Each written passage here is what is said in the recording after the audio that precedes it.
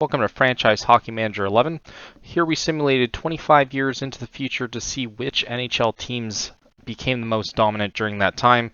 We're going to take a look to see how many first-time winners ended up getting it as well, who won between East and West, and ultimately just which teams kind of ran off with it, and see if there was at all a dynasty that kind of emerged throughout it. 25 years might be a little bit too small to really have a sample size, so we'll do another one probably with all 50 years in the future, and if that goes well as well, we might even do 100 to see if you guys like that as well. So we'll take a look here and see who ended up winning the first couple seasons, and then we'll kind of look at it after that. But there's a decent database in this, so we'll have to kind of look into it as much as we can. So looks like the first year after the Panthers ended up winning was Tampa Bay, so they kept it in Florida, and then Panthers ended up winning it again. So Florida ended up winning pretty decently.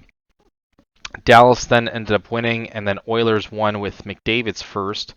So interesting to see McDavid finally winning one there. Dallas ended up winning once again, and then Kraken get their very first. Pretty crazy. That's probably one of the, well, other than probably Golden Knights, it's probably the earliest that any expansion team ended up winning that I remember. Utah ended up winning back-to-back as well, so they ended up winning their first there. Chicago ends up winning there as well, so Connor Bedard probably got at least one there. Then Blues ended up winning. If you guys didn't see my last franchise, we couldn't win with the Blues, but it did take around 10 years for them to get that, so I don't feel too bad about that. Red Wings ended up winning, Flyers, and then Canucks as well. So Canucks ended up getting their first. Flyers won once again, and then LA, and then the Devils, and then Blues ended up winning once again. So they end up winning two there. Detroit wins another one, so Detroit looks like they have two. Edmonton wins another one. I'll have to take a look to see if Connor Bedard was, Connor McDavid was still part of the team there, which I kind of doubt that he was. Calgary then wins, and then Hurricanes, Blue Jackets win their first as well. Blues win their third, and then Flyers win their second there, or third there, and then Minnesota Wild finally wins their first there. It only took how many years for them to do that? So 25 years on top of everything else. But the most recent one is that we'll take a look and see some of the players as well. But I think that I end up kind of looking at a lot of it, and this is the only one that I remember seeing in the playoffs that the Leafs actually made it to the finals. And the one thing that I will say for Franchise Hockey Manager, if you could have a drop-down menu here where I could just go through the seasons on that, that would be so much easier. Same thing with the standings as well. That'd be a lot easier if I could just click it and then just change the year, and it would tell me everything. But we'll take a look at once again at the history there, see who managed to win anything. Looks like Connor McDavid came up just shy of Gretzky, just shy of around 500 points, which is still pretty crazy. Ovi's still the top goals getter, and then yeah, still 400 off the mark for assist leaders with Connor McDavid. But Austin Matthews also getting into top three with goals. Yeah, it doesn't look like he quite ended up making it. He stayed with Toronto his whole career though, retired at 37, 2034, 35, so 10 years into the future. But still amassed 1,600 points, which is pretty good, I have to say. Vasilevsky looks like he's top in terms of wins, and it's not even, I mean, that's not even close. Brodeur, I think, played a couple more seasons than what he should have. Marc-Andre Fleury, I didn't even know that was top that high. Wow. He ended up retiring just a season after. The first season looks like he retired. I didn't even realize he had that many wins to get top three. That is crazy. Yeah, Vasilevsky also one of the shutout leaders. Brodeur still has that record.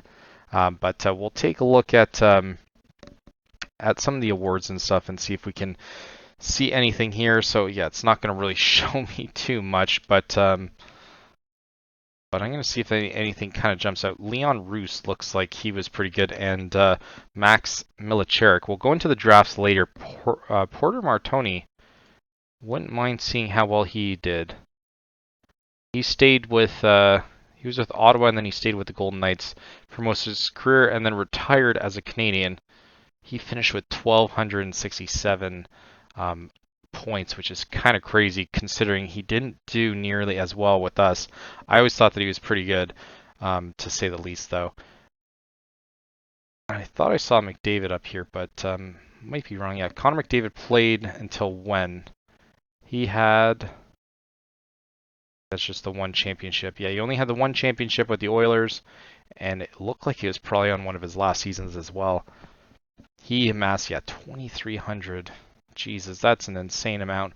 So we'll take a look at possibly other competitions here. But first off, we'll kind of count out how many championships were won by the East and the West. It looks like the West was a little bit more dominant. There's a kind of a small area where they end up winning a couple. Yeah, it does look like that. I think I counted before. It was 10 in the East and 15 in the West, which, I mean, the West did kind of dominate. They dominated for 7 seasons straight, so that is still pretty wild. There's not much you can really do with that, but we'll take a look and see if in the NCAA there's anything that really jumps out in terms of any team that's kind of dominant. It does look like Miami Redhawks more recently end up doing pretty decent. But all in all, it doesn't look like there's much different from what it is before. Denver Pioneers still at the top, so not much movement there. We'll look at AHL as well. I mean, AHL doesn't matter nearly as much. Rochester looks like they're one of the top teams there. But all in all, no one really kind of emerging with dominance there. Hadn't seen Marlies end up winning in forever either. And then we'll take a look at probably the OHL here. OHL, Peterborough Petes and Oshawa Generals are the top, with Kitchener Rangers. But does look like Steelheads won 2 there. Kitchener Rangers won pretty recently, and then it looks like most teams end up winning 2 in a row. But ultimately, no one really running away with it. I'm kind of surprised that there's not much more of a dominance in terms of like the lower leagues like that. Western Hockey League here. Moose Jaw Warriors end up winning 3 straight. Lethbridge Hurricanes won 3 straight. Yeah, Moose Jaw looks like they're probably one of the better teams as of recent. Medicine Hat's also there. But ultimately, does look like, yeah, Medicine Hat's still there. Moose Jaw. So between Moose Jaw, Medicine Hat, and Lethbridge Hurricanes, it looks like are pretty much the top teams over that times. Let's look at another league as well. Usually curious at seeing the Russian league, but we'll look at the rankings as well. So KHL looks like, geez, Dynamo Minsk as of recently on fire. They won 1, 2, 3, 4, 5, 6, 7 straight. They won another one there to make it 8, but they are now the top team. I would have thought CSKA Moscow would have won every single season, but doesn't look like that's the case. We'll go back to the NHL here and kind of see where everyone ranks in terms of points. So I think it goes down to we'll go to world rankings to see who's the most dominant nation. Looks like it's United States. Wow. So United States end up being at the top. Canada's second. Slovakia is in third. Sweden's in fourth. That's pretty crazy. Russia's towards the 10th. That's crazy. Never would have thought that. So I guess those teams are a little bit more dominant over the last couple of years. But obviously pushing up a little bit more. But Russia seeming quite irrelevant. And then Slovakia. And the fact that US is still at the top. So that is pretty wild. Look at Hall of Fame here. And we'll go based on the last year. So we can kind of see which player end up emerging at the top there. So Macklin Celebrini is in the Hall of Fame. Same thing with Hughes. Both Hughes brothers. Where's the other one? Quinn Hughes. Quinn Hughes retired, I guess, a couple seasons earlier. A decent amount, actually. 2036 versus 2041 and 42. That's a huge difference. Michkov, And then Perek, who probably was a rookie the first year.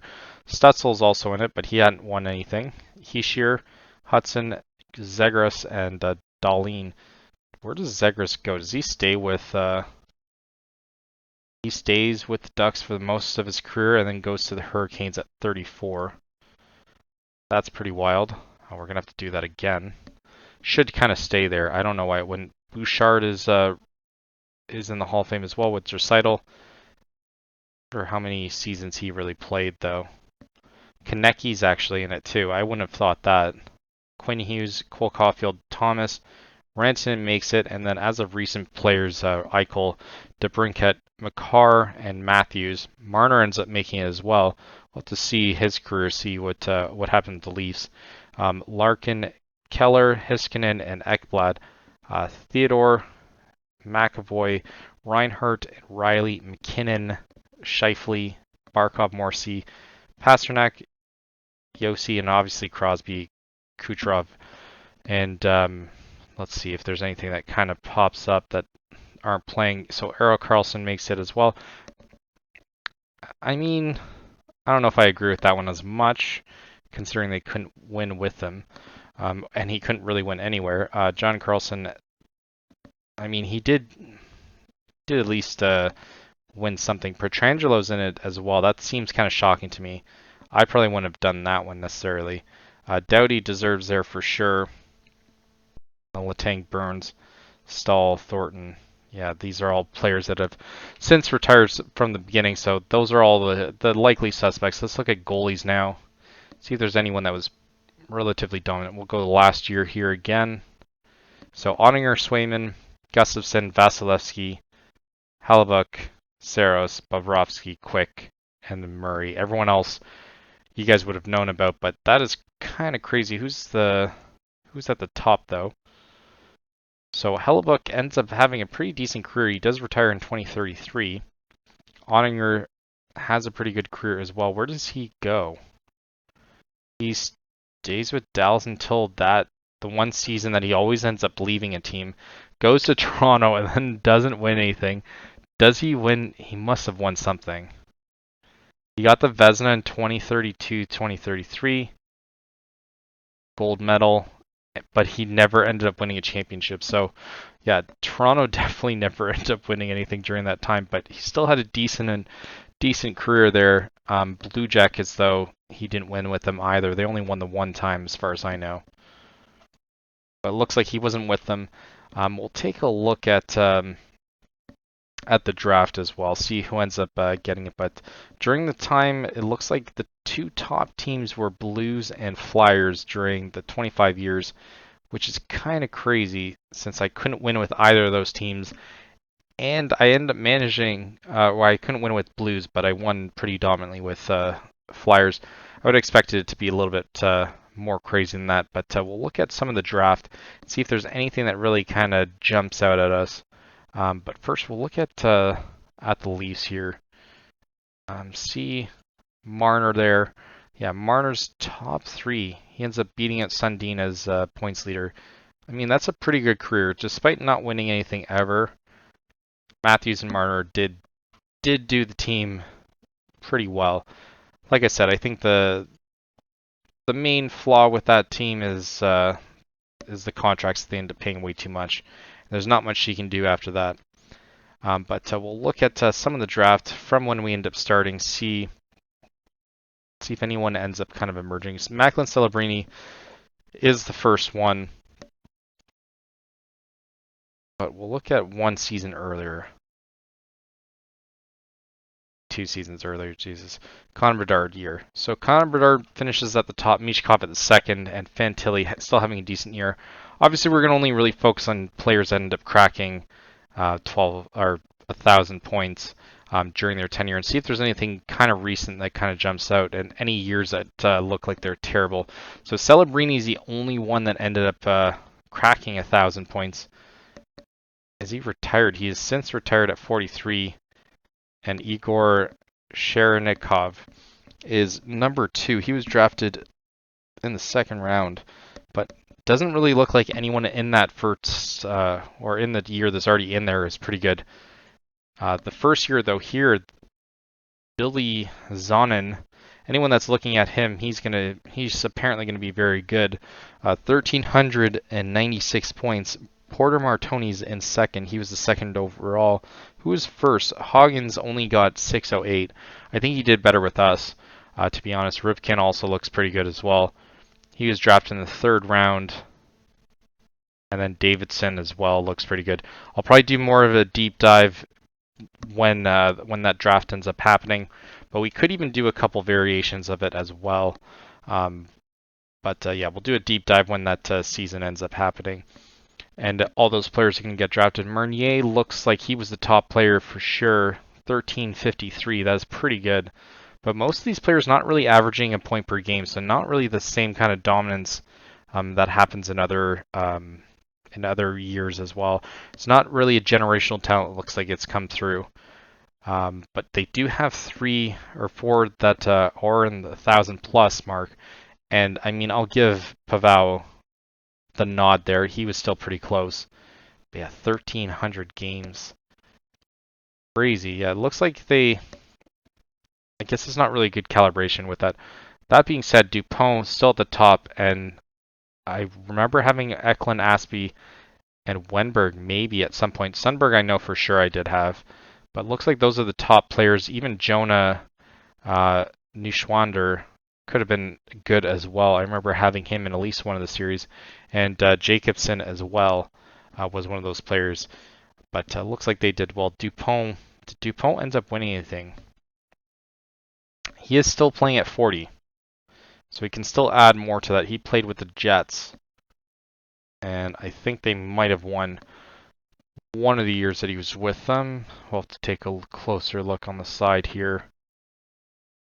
No, I don't think Jets end up winning it. Kind of crazy that they don't.